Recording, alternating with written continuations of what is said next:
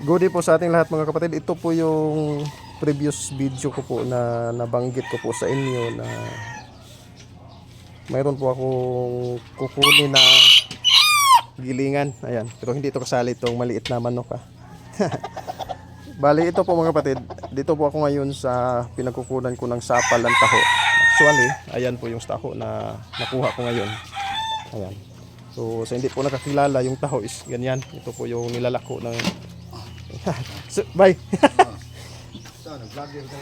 Oh, ga-video ko sa kungkuan sa pabo ba. Yan ako ning kuan. Ako ning i-appeal sa video ha. Eric ang baking. Oh, makita juga mag YouTube ka mag Facebook. Ba mo search kag pabo mo. Ako ang mga ano sa Bugawas. So, ayun, yun po yung taho. Ayan. Yung sapal noon is yun po yung kinukuha ko dito tuwing umaga. Napakalaking bagay na po ito para sa aking pabo. Itong nakita nyo yan.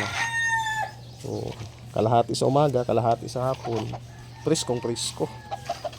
Bali, ito po yung gilingan para sa yung nakuha kong waste na mga trigo sa planta ng paggawaan ng tawag dito.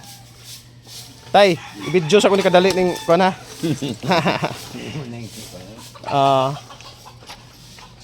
Doon sa paggawaan po ng kuan mga kapatid. Morning. Bantam. Doon po sa paggawaan ng harina. Ayan.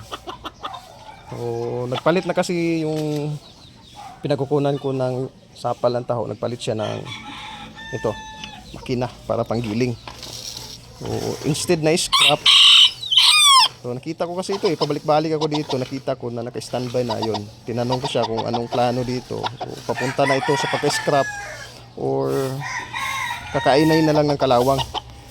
At ayun, sabi ko sa kanya, ano yung pwede pang pakinabang nito. Yung kulang na lang nito is yung motor. Ayan, maganda po itong i-improvise gilingan ng trigo, tapos sa kabila is gawing shader. Pero may shader naman ako doon na existing. Madali na lang ito. Loobin ng Diyos, mamayang tanghali siguro saka ko kukunin ito dito.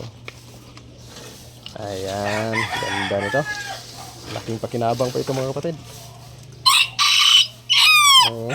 Cute. Cute. Cute. Ba, cute